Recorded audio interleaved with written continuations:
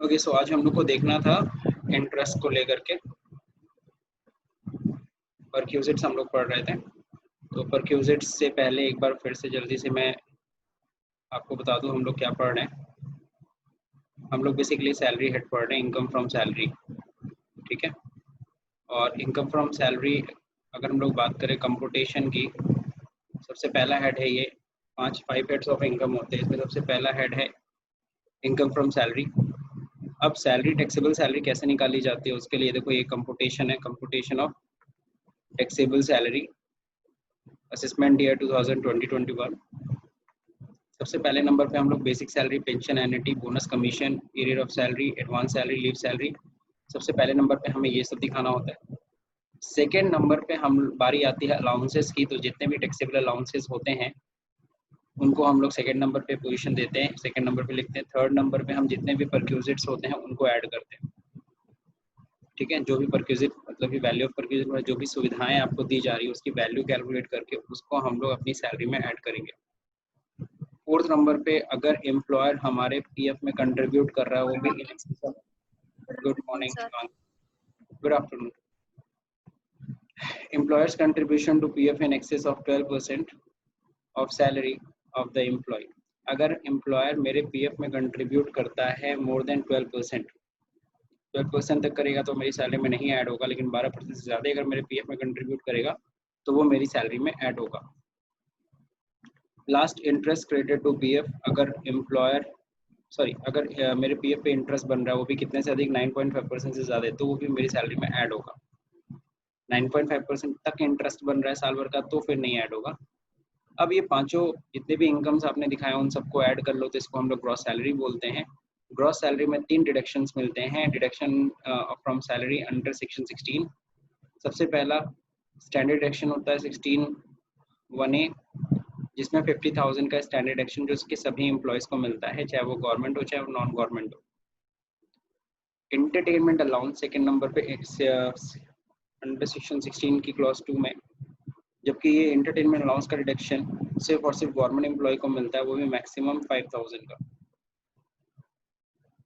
जिसको हम लोग ऑलरेडी पढ़ चुके हैं।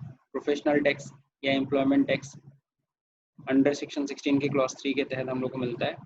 अगर आपकी सैलरी से पीटैक्स या एम्प्लॉयमेंट टैक्स नाम से कुछ भी कटा है तो वो आप माइनस कर सकते हैं अपनी सैलरी में से। तो ये 3 डिडक्शन होते हैं। 3 डिडक्शन के बाद जो इनकम बचती है उसी को हम लोग कहते हैं income chargeable under the head of salary या फिर टैक्सेबल सैलरी। और ये टैक्सेबल सैलरी 2.5 लाख से ऊपर है तो जाहिर सी बात है टैक्सेबल है और उस पर स्लैब रेट आपको लगाना पड़ेगा। तो ये कंप्यूटेशन में हम लोगों ने सबसे पहले बेसिक सैलरी, पे scale, DNS allowance, fees, commission, bonus हमने पढ़ लिया। देन हमने अलाउंसेस भी स्टडी कर लिया पूरा। अलाउंसेस स्टडी करने के बाद हम लोग किस पे थे, परक्यूजिट्स पे थे। परक्यूजिट्स में सबसे पहला परक्यूजिट कंप्लीट हो चुका है, रेंट फ्री और कंसेशनल रेंट और एकोमोडेशन। अगर कंपनी आपको रहने के लिए मकान देती है तो उस मकान की वैल्यू कैलकुलेट करना पड़ेगा आपको और अपनी सैलरी में ऐड करना पड़ेगा। तो वो कैसे कैलकुलेट करते हैं वो चीज़ हम ऑलरेडी लास्ट वीडियो, इससे पहले की वीडियोज़ में हम लोग पढ़ चुके हैं। ठीक है, तो रेंट फ्री एकोमोडेशन ये हम लोग का कंप्लीट हो गया है। फिर कल हम लोग पढ़ रहे थे क्या, मेडिकल फैसिलिटीज़। मेडिकल फैसिलिटी अगर कंपनी की तरफ से मिल रहा है तो कितना एग्जाम्प्ट है, कितना टैक्सेबल है, ये सब हम लोग ने कल देख लिया। ठीक है, आज हम लोग का अगला टॉपिक है वो है लोन। मेडिकल वाले पे कई क्वेश्चंस भी हम लोग ने सॉल्व किया था।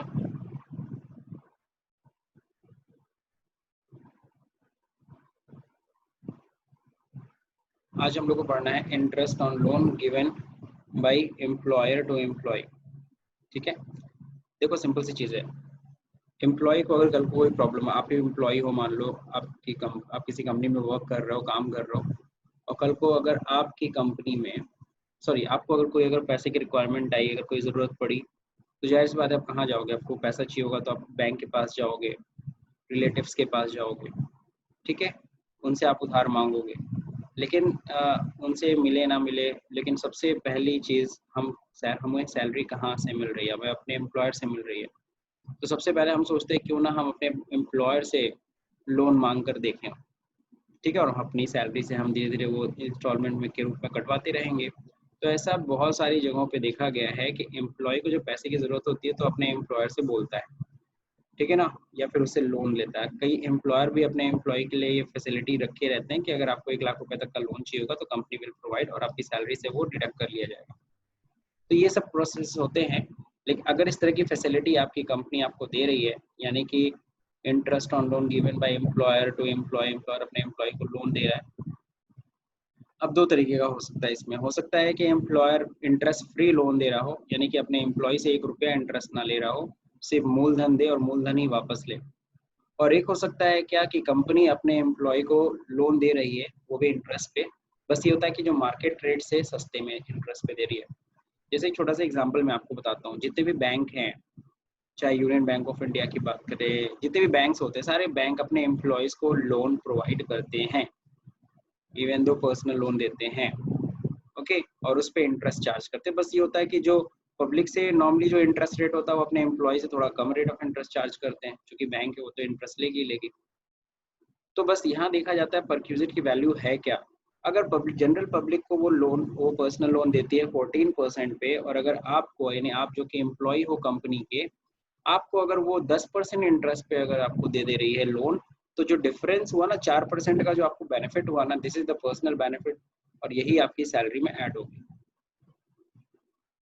छोटा सा एग्जांपल, अगर 1 लाख का लोन अगर आप लेते हो, है ना, और नॉर्मली 14% इंटरेस्ट 14,000 होता है, बट कंपनी ने आपको कितने में दे दिया, 10% पे, तो आपको फायदा कितने का हुआ, 4,000 का। 14,000 रुपये इंटरेस्ट देने की जगह आपको 10,000 रुपये इंटरेस्ट देना पड़ा, तो 4,000 का जो बेनिफिट है ना, ये आपकी सैलरी में ऐड होगा। This is the perquisite. बाकी आप चलिए देखिए पीपीटी में देखते हैं क्या लिखा है। If loan is provided to an employee, if loan is provided to an employee, then the interest on loan is taxable perquisites. बिल्कुल सही है।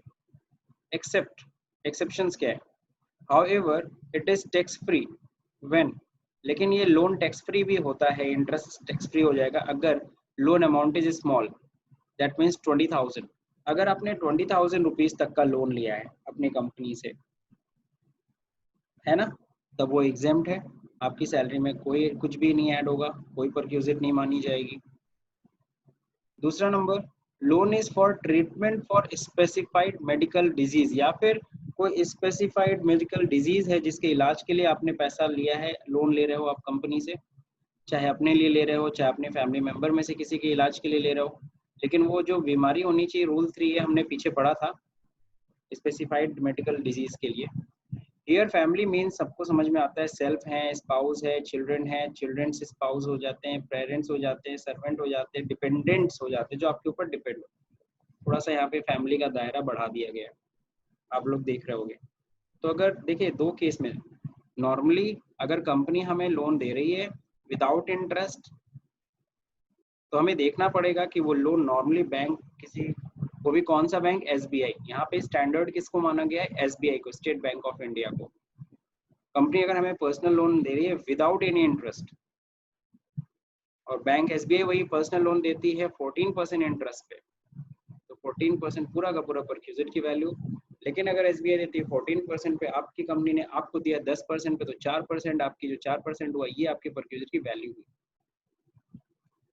कब लोन परक्यूजिट्स की तरह ट्रीट नहीं होगा, यानी कि जो लोन पे इंटरेस्ट है वो परक्यूजिट की तरह ट्रीट नहीं होगा, अगर वो लोन कितने रुपए तक दिया जा रहा है, 20,000 रुपए तक, तो परक्यूजिट ट्रीट नहीं होगा। या फिर आपको किस लिए मिल रहा है, आप लोन जो ले रहे हो स्पेसिफाइड मेडिकल डिजीज के लिए ले रहे हो, चाहे अपने लिए चाहे अपने फैमिली मेंबर में से किसी के लिए ले रहे हो, तो एग्जेम्प्ट है, तब परक्यूजिट की वैल्यू नहीं मानी जाएगी।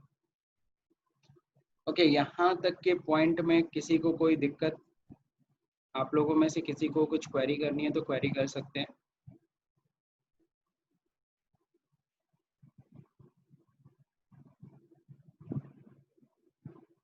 वैष्णवी, सुशील, कोई दिक्कत नहीं?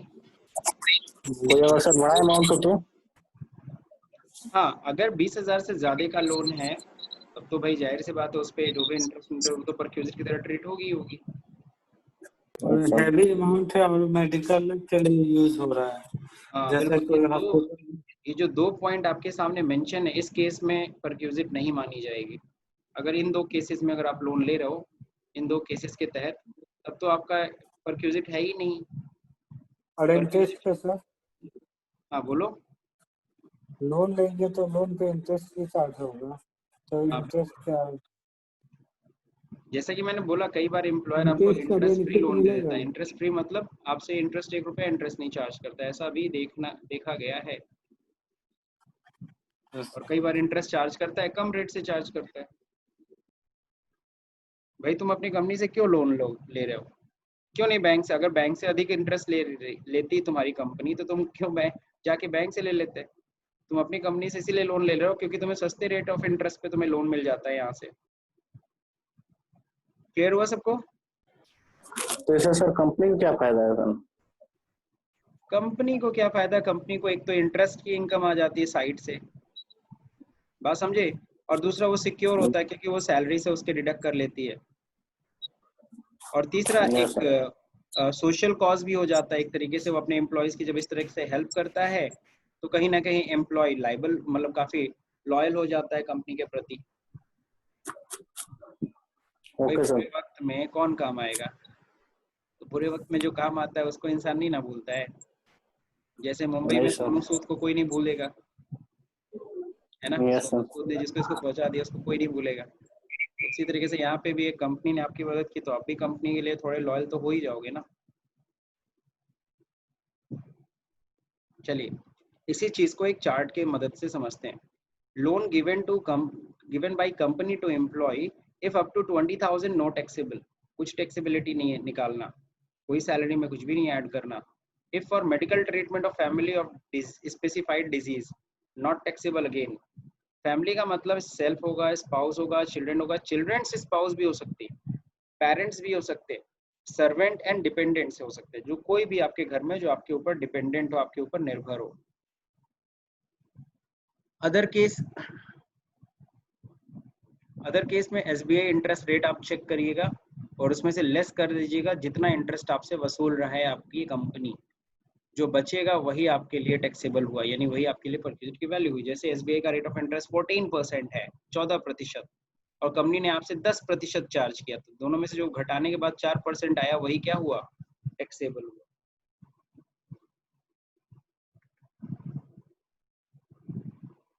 नाउ अब ये सवाल उठता है, सर ये तो समझ में आ गया कि कब इंटरेस्ट चार्जेबल, कब इंटरेस्ट टैक्सेबल होगा, कब नहीं होगा। लेकिन अब ये सवाल उठता है कि sir how to calculate interest, interest कैसे कैलकुलेट कैसे किया जाएगा? तो यहाँ पे अब इस पॉइंट को भी ध्यान से समझिएगा। SBI interest rate as on 1 April is to be taken. हमेशा एसबीआई का इंटरेस्ट रेट कब का देखा जाएगा? 1 अप्रैल का देखा जाएगा। 1 अप्रैल के बाद अगर वो इंटरेस्ट रेट आगे पीछे होता, ऊपर नीचे होता, तो उसको नहीं, हमें 1 अप्रैल को ध्यान देना है। SBI interest rate as on 1st April is to be taken. For example, for 15-16 financial year, SBI interest rate as on 1st April 2015 is to be taken. जैसे मैं आपको यहाँ पे एक एग्जांपल दे रहा हूँ कि सपोज 1 अप्रैल 2015 को इंटरेस्ट रेट था पर्सनल लोन पे 14%। फिर सपोज करो जुलाई में उसका इंटरेस्ट रेट बढ़ करके हो गया उसी पर्सनल लोन पे 15%। तो भले 3 महीने बाद 4 महीने बाद वो 15% चला गया, बट आपके लिए परक्यूजिट के पॉइंट ऑफ व्यू से 15% नहीं 14% ही को ही ध्यान दिया जाएगा। तो हमेशा 1 अप्रैल का जो इंटरेस्ट रेट होता है एसबीआई का, उसी को स्टैंडर्ड माना गया है, ये चीज का ध्यान रखिएगा। प्रीवियस ईयर 15-16, तो 1 अप्रैल 2015 का इंटरेस्ट रेट एसबीआई का देख लेना और फिर अपने कंपनी के इंटरेस्ट रेट से कंपेयर करना। SBI interest is to be calculated on the maximum amount of loan outstanding per month। और आप सभी को पता है जो भी इंटरेस्ट चार्ज होगा वो किसके ऊपर चार्ज होगा?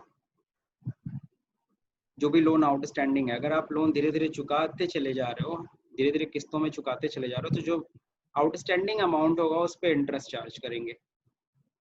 जैसे पहले महीना आपका 1 लाख रुपए लोन था तो 1 लाख पे इंटरेस्ट चार्ज होगा 1 महीने का। फिर अगले महीने आपने 20,000 रुपए दे दिया तो अब कितने पे चार्ज होगा? 80,000 रुपए पे इंटरेस्ट चार्ज होगा 1 महीने का। फिर आपने 20,000 दे दिया तो 60,000 रुपए पे इस तरीके से लगेगा। Interest rate on relevant loan is to be taken. अब इंटरेस्ट रेट रिलेवेंट लोन मतलब अगर पर्सनल लोन है तो पर्सनल लोन का बैंक एसबीआई का इंटरेस्ट रेट देखिएगा। अगर घर बनाने के लिए लोन दिया है तो होम लोन एसबीआई का रेट ऑफ इंटरेस्ट से कंपेयर करिएगा। अगर कार लोन दिया है या मोटर खरीद या बाइक खरीदने के लिए लोन दिया है कंपनी ने, तो वही लोन का इंटरेस्ट एसबीआई का चेक करिएगा आप, उससे कंपेयर करना है आपको। तो रिलेवेंट लोन होना चाहिए, ये नहीं कि आपने कंपनी से पर्सनल लोन लिया है और आप कार लोन से उसको कार लोन के इंटरेस्ट से आप कंपेयर कर रहे हो एसबीआई के, तो ये गलत होगा ना। For example, if education loan is given, then interest rate on education loan of SBI to be taken and so on। ये नहीं कि एजुकेशन लोन लिया और बैठ के एसबीआई का हम कार लोन से या पर्सनल लोन से कंपेयर कर रहे हैं, तो गलत हो जाएगा। If any interest recover from employee, कुछ भी इंटरेस्ट जो एम्प्लॉय से रिकवर किया गया, then that would be reduced while calculating taxable perquisite. तो पता ही हम लोग को, ये तो हमने पहले ही बता दिया आपको। ये पॉइंट सबको क्लियर, ये सारे पॉइंट्स क्लियर ना, how to calculate interest? Anoop clear ना? Yes sir. चलो बहुत बढ़िया। अब हम लोग सीधे क्वेश्चन पे आएंगे। अभी तक हम लोग देखो थियरी हम लोगों ने कंप्लीट कर ली इंटरेस्ट लोन वाला। अब हम लोग इस पे कुछ प्रैक्टिकल क्वेश्चन समझेंगे, तब ज्यादा दिमाग में क्लियर होगा। सब लोग को दिख रहा है ना, विजिबल है ना जी सर। क्वेश्चन? जी सर। Yes sir. तो पहला जो क्वेश्चन है, इन सारे क्वेश्चंस का जवाब आप ही लोग को देना है, आप ही लोग से मैं पूछूंगा। और state whether the following are taxable और नॉट। तो देखो, personal loan of ₹20,000 for daughter marriage, अपनी लड़की की शादी के लिए 20,000 रुपए का लोन, पर्सनल लोन लिया गया है, यानी किसी एम्प्लॉय ने लिया है। अब बताओ टैक्सेबल है कि ये नहीं सर है? टैक्सेबल नहीं है सर। एग्जाम पे सर। टैक्सेबल नहीं होगा सर ये। क्यों? 20,000 से कम, मतलब 20,000 तक है, 20,000 से अप टू सिंपल सी होगा चीज उसमें है, तब टैक्सेबल होगा। एकदम सही है। हम लोग यहाँ पे पढ़े थे, अगर 20,000 रुपए तक का लोन होता है तो कुछ भी टैक्सेबल नहीं है, उसके ऊपर इंटरेस्ट कुछ भी होगा, पूरा एग्जाम्प्ट। अगला, personal loan of 1 lakh rupees for daughter marriage, इस बार कितने का लिया? 1 लाख रुपए लिया। अब बताओ कितना टैक्सेबल होगा? तो सर एसबीआई की फीस से मिला लेंगे सर।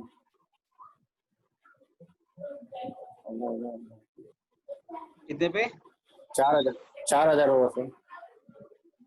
अब जैसे जैसे पर्सनल सर। लोन यहाँ पे 1 लाख रुपए है for daughter's marriage, yes sir. ठीक है। तो इस केस में सीधा सीधा अगर हम लोग बात करें तो 20,000 रुपीज तक का जो पर्सनल लोन है, अच्छा वो उसमें एग्जाम 20,000 पे तक होता तो 80,000 एग्जेम्प्ट होता ना, टैक्सेबल। लेकिन 1 यस लाख सर। रुपए लिया है। अब ये मत करना कि 1 लाख में से 20,000 माइनस करना, ये इफ अप टू 20,000 होता तो 20,000 पूरा एग्जेम्प्ट होता है, लेकिन अगर 20,000 से ऊपर है तो पूरा का पूरा टैक्सेबल है, ये चीज ध्यान रहे। तो ये पूरा 1 लाख रुपए जो पर्सनल लोन है, इसके ऊपर जो भी एसबीआई का रेट ऑफ इंटरेस्ट है वो चेक करिए और पूरा का पूरा टैक्सेबल हो जाएगा। सबको समझ में आया सेकेंड वाला point? Yes sir. Yes sir. Yes sir. Medical loan for specified disease of son of ₹1 lakh लिया है इसने। अब बताओ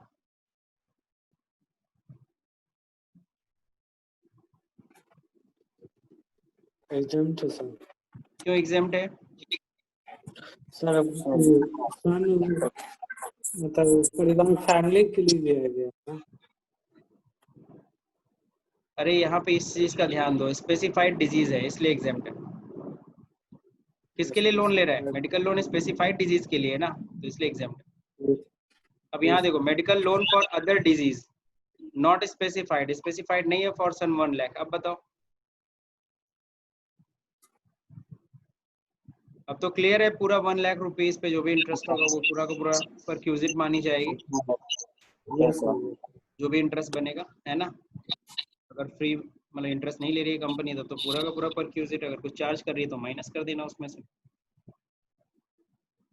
medical loan for other disease not specified again for the son 5,000। अब बताओ ये नहीं है सर, टैक्सेबल नहीं होगा सर। क्यों? क्योंकि सर उसमें दिखाया हुआ है कि 20,000 तक का लोन लेते हैं तो बिल्कुल बिल्कुल, मेडिकल है 20,000 के अंदर है तब तो क्या है, चाहे वो मेडिकल हो चाहे ना हो, कुछ भी नहीं हो, 20,000 रुपए तक का अगर लोन है तो वैसे ही एग्जाम्प्ट हो जाता है, नॉट टैक्सेबल। Yes, sir. तो ये थोड़ा सा केस समझ में आया। सर जो डी नंबर पॉइंट है मेडिकल हाँ, लोन का डी जो नंबर। है, हाँ, तो इस लोन का सर कैसे हम लोग करेंगे? जैसे होम लोन था, पर्सनल लोन था, ये तो सर हम लोग मतलब एसबीआई के इसी से मिला रहे हैं, और मेडिकल मेडिकल लोन लोन का का भी कौन इंटरेस्ट सा? रेट होता है। Medical loan basically personal loan मानी जाएगी। देखो कभी भी यस कोई भी सर। इस तरह का लोन अगर तुम्हें नहीं दिखे कि यार किसी ने फ्रिज खरीदने के लिए लोन ले लिया, कार खरीदने, या फिर सॉरी होता है ना टीवी खरीदने के लिए लोन ले लिया, तो ये सब लोन अब थोड़ी ना बैंक में, ये थोड़ा टीवी लोन का इंटरेस्ट रेट थोड़ी ना होता है। उसमें आप क्या देखोगे? Personal loan. किससे कंपेयर करोगे? पर्सनल लोन से। हाँ, पर्सनल लोन की इंटरेस्ट से कंपेयर कर लेना। Okay sir. चलो बहुत बढ़िया। अब क्वेश्चन नंबर 2 पे हम लोग फोकस करते हैं। What says question number 2? Question number 2 कह रहा है employee took a loan. Employee ने लोन लिया कब? 10 अप्रैल को from company for daughter's marriage, लड़की की शादी के लिए। रेट ऑफ इंटरेस्ट कितना है? 10% एज पर SBI as on 1 April on personal loan. SBI में जो इंटरेस्ट रेट है इस पर्सनल लोन पे कितना है? 10% है। His loan account is as follow. उसका लोन अकाउंट भी डिटेल दिया हुआ है। 10 अप्रैल को लोन लिया 1 लाख का, ठीक है। फिर उसने 25 अप्रैल को लोन रीपेड कर दिया 30,000 रुपये, तो बैलेंस कितना रह गया? 70,000। 14 मई को फिर लोन रीपेड कर दिया, कितना रीपेड किया? 50,000 रुपये। 50,000। कितना रह गया? 20,000। 29 मई को फिर लोन दे दिया 10,000 रुपये। फिर 10 जून को लोन पूरा का पूरा बैलेंस कंप्लीट कर दिया, ठीक है। अब यहाँ यस पे सर। पूछ क्या रहा है? What is the maximum amount of loan outstanding? कितना loan outstanding and taxable perquisites? चलिए इसको भी देखते हैं। इसको तो सॉल्व करना पड़ेगा भाई। अब यहाँ पे कहीं लिखा है क्या कि कंपनी उससे कितना इंटरेस्ट रेट चार्ज कर रही है? ऐसा कहीं क्वेश्चन में है? नहीं सर। नहीं नहीं सर। है। तो हम क्या मानेंगे कि पूरा का पूरा लोन इंटरेस्ट फ्री था, यानी कंपनी ने उन्हें बिना इंटरेस्ट के ये लोन प्रोवाइड कर दिया। जबकि एसबीआई का रेट ऑफ इंटरेस्ट कितना है? 10%, यानी कि पूरा का 10%। पूरा 10% इनके लिए परक्यूजिट मानी जाएगी। सही है कि नहीं सही है? Yes sir. Yes sir. चलिए अब इसको कैलकुलेट करते हैं, फिर थर्ड क्वेश्चन बाद में देखेंगे। तो इसको मैंने सॉल्यूशन पीछे दे रखा है, तो सॉल्यूशन यहाँ देखो सब लोग। अप्रैल मंथ में उसका लोन कितना था? 1 लाख रुपए। ऐसे देखो ना, अप्रैल मंथ में कितना था? 1 लाख रुपए था।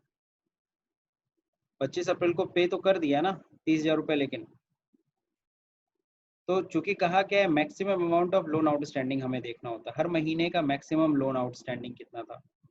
तो 10 अप्रैल 25 अप्रैल दोनों में देख करके देखोगे आउटस्टैंडिंग एक बार 1 लाख दिख रहा है 10 तारीख को, 10 अप्रैल को आउटस्टैंडिंग 1 लाख दिख रहा है, 25 अप्रैल को 70,000 दिख रहा है। दोनों में से कौन मैक्सिमम है बताओ? 1 लाख। हाँ, तो इसलिए अप्रैल का आउटस्टैंडिंग बैलेंस कितना माना जाएगा? 1 लाख रुपए। अब मई का देखो, मई में तो 14 मई को 20,000 बैलेंस है, 29 मई को 10,000 बैलेंस है। इन दोनों में से कौन सा मैक्सिमम है? 20,000। मई का कितना? 70,000। अच्छा सॉरी सॉरी सॉरी, लग रहा है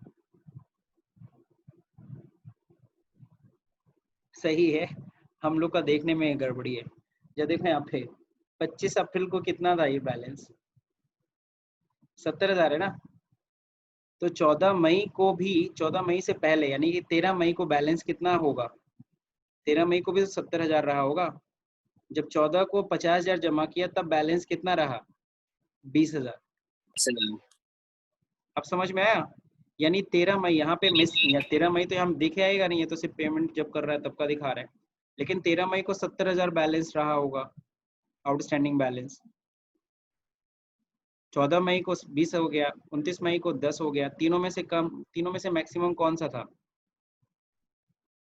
70,000। भैया देखो जिसको नहीं समझ में आ रहा है पूछ लेना, मई में कितना 70,000। अब जून में देखो 29 मई को 10,000 रुपये बैलेंस था, तो वही 10,000 रुपये अब 10 जून को तो भले पेमेंट कर दिया, लेकिन 29 मई से 9 जून तक कितना था, 10,000 रुपये बैलेंस था ना, तो जून का 10,000 रुपये बैलेंस।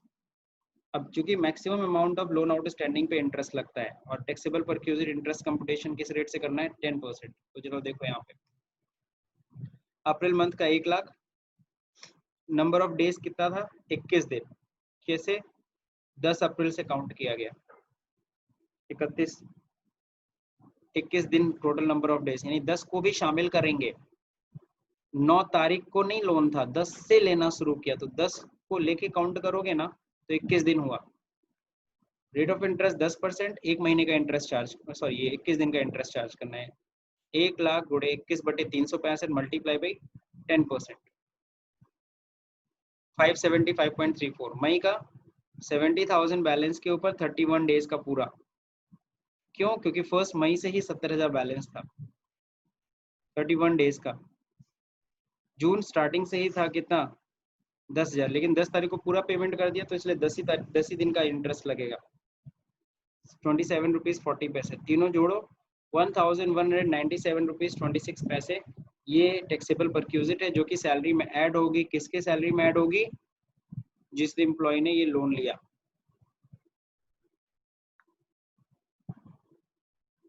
अनूप, ये सर थोड़ा कॉपी भी बनाना होगा। दिमाग घुमा है कि ठीक है, समझ में आ गया है थोड़ा थोड़ा?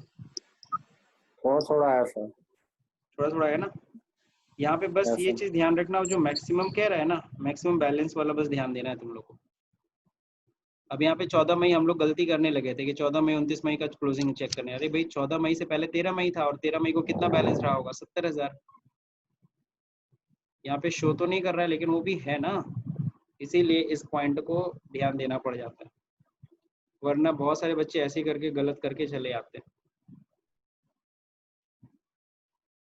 अब यहाँ पे नीचे क्वेश्चन में थोड़ा सा ऐड किया है कि मान लो इसी क्वेश्चन में जो ऊपर जो क्वेश्चन दिया है, suppose in the previous question, यानी ऊपर वाले क्वेश्चन में द एम्प्लॉय पे 7% इंटरेस्ट ऑन लोन, यानी कंपनी सपोज करो 7% इंटरेस्ट चार्ज कर ली होती एम्प्लॉय से, तब बताओ परक्यूजिट कितना होता? इसका सब 3%। 3% होता परक्यूजिट, बिल्कुल सही। तो इसको भी देखो सॉल्यूशन दिखाया गया है। 10% minus 7% equal to 3% is taxable. In this case, value of perquisite will be calculated by taking interest rate is 3%. तो हर जगह पे जहाँ जहाँ हम लोगों ने अप्रैल 1,70,10,000 लगाया था, सब पे कितना इंटरेस्ट रेट लगा देना, 10 की जगह पे कितना, 3% इन्होंने लगाया। फाइनली 369 रुपये 18 पैसा जो इंटरेस्ट है ये परक्यूजिट की वैल्यू है, जो कि सैलरी में ऐड हो गई एम्प्लॉय की। गोरख,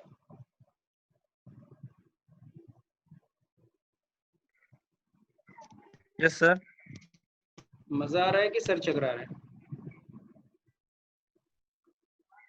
नहीं सर, एक बार कैलकुलेशन समझा दीजिए। कैलकुलेशन है हाँ, बोलो। 21 डिवाइड 365 किसी भी वाला अमाउंट के ऊपर अगर सर। Calculation 1 lakh into 21। हाँ, अगर 1 लाख के ऊपर 10% निकालना है, 10% सालीना होता है ना, तो एक लाख के ऊपर 10% मतलब 10/100, समझ गए? परसेंट मतलब 10/100 होता है। और 21 दिन का इंटरेस्ट निकालना है तो 21/365 करना ही पड़ेगा, क्यों? क्योंकि 10% तो सालीना इंटरेस्ट है ना, और हमें सिर्फ 21 दिन का इंटरेस्ट चाहिए इसलिए। और 21 दिन कैसे कैलकुलेट हुआ है? 21 दिन कैलकुलेट ऐसे हुआ है क्योंकि लोन इसने कब लिया था, 10 अप्रैल को लोन लिया था। तो 10 के बाद 30 अप्रैल 30 दिन का होता है ना, तो 20 दिन ऐसे हो गया। और 10 अप्रैल को लोन लिया तो 10 तारीख भी तो शामिल होगा, मिलके कितना हो गया, 21 दिन। 21 दिन, इसलिए 21 दिन का काउंट किया गया। फिर अब मई में चूंकि देखो 70,000 बैलेंस 25 के बाद, फिर मई 1 मई से स्टार्ट हुआ ना, 70,000 बैलेंस रहा होगा। 70,000 बैलेंस 1 मई से लेकर के 13 मई तक तो बैलेंस आउटस्टैंडिंग कितना था, 70,000 था ना। तो 70,000 1 मई से लेकर के पूरे महीने का माना जाएगा। भले बीच बीच में तुमने पेमेंट किया है, लेकिन आपको पता है उस महीने जो मैक्सिमम बैलेंस होता है उसी पे इंटरेस्ट लगेगा। तो पूरा मई मंथ में होता है 31 दिन, मई कितने का होता है, 31 दिन का होता है ना, तो इसीलिए उस पर कितने दिन का इंटरेस्ट चार्ज हुआ है, 31। अब इनका हम लोग सर बात करेंगे जून का। तो 1 जून को 10,000 रुपये इंटरेस्ट रहा, मतलब 10,000 रुपये बैलेंस रहा होगा, हालांकि 10 जून को पेमेंट कर दिया, जीरो बैलेंस हो गया। तो सवाल उठता है सर 10 को जब जीरो 10 तो हटा देना चाहिए ना, 9 ही दिन का इंटरेस्ट लेना चाहिए। तो नहीं, इतना नहीं रिलैक्सेशन हम देंगे तुम्हें, 10 दिन का इंटरेस्ट चार्ज करेंगे। ठीक है, 10 दिन का पेमेंट मतलब ले लिए। हाँ उस दिन ना किए, उस दिन मॉर्निंग तक तो बैलेंस था ना, नहीं समझ में आया? Yes sir. ठीक, तो यही है बस, तो कैलकुलेशन ऐसे ही शाम समझ। तक पेमेंट कर सकते हैं, उस दिन तक का जोड़ के ले लिए। हाँ तो शाम तक देना, क्या जरूरत था मॉर्निंग में आके देने का। ठीक है, ऑफिस खुल गया तो हो गया। तो ये तो आपको मैंने समझाया क्या, लोन का प्रोसेस। अब बताओ अगला टॉपिक स्टार्ट करूं कि यहाँ तक आज समझ में आया है, आगे कल पढ़ना चाहोगे? क्योंकि ये है credit card given by company to employee. तो मैं थियरी पढ़ा दे रहा हूँ आज इसका, और इसका जो क्वेश्चंस हैं वो हम लोग कल कवर कर लेंगे। ठीक है, ठीक है यस सर। सर। तो credit card given by company to employee, कई बार ऐसा भी देखा गया है, कई कंपनियां हैं ऐसी आज के समय में जो अपने एम्प्लॉय को क्रेडिट कार्ड देती हैं। क्रेडिट कार्ड पहले सबको पता है कि नहीं पता है? एक होता है डेबिट कार्ड, एक होता है क्रेडिट कार्ड। डेबिट कार्ड यानी जो आपको एटीएम कार्ड मिला है, वो एक तरह का डेबिट कार्ड है, आप उससे परचेजिंग भी कर सकते हो, शॉपिंग भी कर सकते हो। डेबिट कार्ड उसको इसलिए कहा जाता है क्योंकि आप जो पैसा बैंक में जमा किए हो वो क्रेडिट बैलेंस है, और उसमें से जब निकालोगे तो वो तुम्हारे खाते से क्या हो जाएगा, डेबिट हो जाएगा, इसीलिए उसका नाम डेबिट कार्ड है। जबकि क्रेडिट कार्ड के बारे में, क्रेडिट कार्ड क्या होता है, क्रेडिट कार्ड एक तरह का लोन अकाउंट होता है। तुम्हारे उस लोन अकाउंट में जीरो है लेकिन तुम लोन ले सकते हो, और जैसे ही तुमने उसमें 10,000 की परचेजिंग किया, बैंक वाला तुम्हारा क्रेडिटर बन गया, 10,000 रुपये बैंक वाला तुमसे लेगा, इसीलिए इसका नाम क्या होता है, क्रेडिट कार्ड। तो एक तरह का लोन अकाउंट। उसमें सर लिमिट होता है ना कि 1 लाख या 2 लाख तक मतलब हाँ, परचेज कर सकते तो हैं। मान लो 1 लाख रुपए तक तुम उस कार्ड से परचेजिंग कर सकते हो। आज तुमने 10,000 की परचेजिंग की पहली बार, तो बैंक वाला तुम्हारा क्रेडिटर बन गया कितने से, 10,000 रुपये से, और 10,000 रुपये वो तुमसे लेगा, इसीलिए इसका नाम क्या है, क्रेडिट कार्ड। खैर ये सब तो क्रेडिट कार्ड के बारे में बता रहा था, लेकिन एग्जैक्टली कंपनी ने अगर एम्प्लॉय को क्रेडिट कार्ड की फैसिलिटी दे रखी है, चलो ठीक है, ये लोग क्रेडिट कार्ड और यूज करना, तो कई बार होता है कि ऑफिशियल यूज के लिए दिया जाता है कि भाई देखो ये क्रेडिट कार्ड है, ऑफिस के लिए कुछ भी खरीदारी करना है तो कर लेना। जैसे अगर हम लोग बात करें, दो तरह की ऑफिस होती है, एक गवर्नमेंट और एक नॉन गवर्नमेंट।